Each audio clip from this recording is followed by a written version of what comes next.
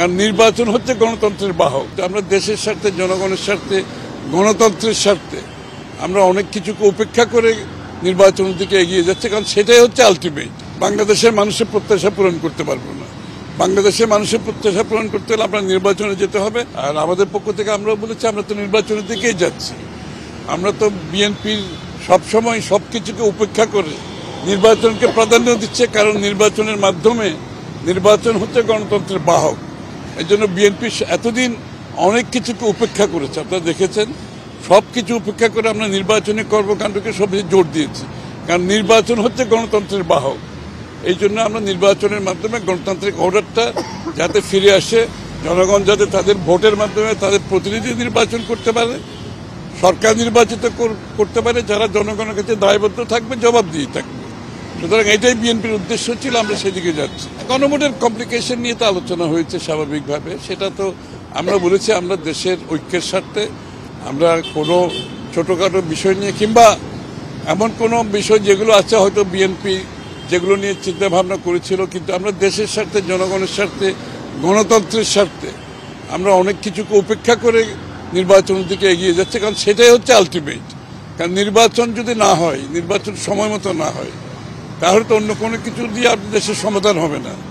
একমাত্র সমাধান হচ্ছে নির্বাচনের মাধ্যমে একটা নির্বাচিত সরকার, নির্বাচিত সংসদ, যেই সংসদে বাংলাদেশের মানুষের প্রত্যাশা পূরণ হবে।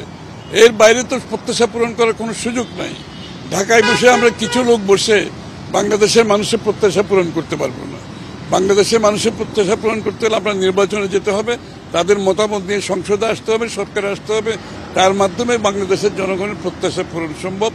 দেশ সেদিকে যাচ্ছে। আমরা বিএনপির পক্ষ থেকে বহুদিন ধরে বলে আসছি, আমরাও সেদিকে এখন সবাইকে আমরা মনে করি দেশ একটি ভালো নির্বাচনের দিকে যাবে, একটা নির্বাচিত সরকার হবে, নির্বাচিত সংসদ হবে, যারা জনগণের কাছে দায়বদ্ধ থাকে।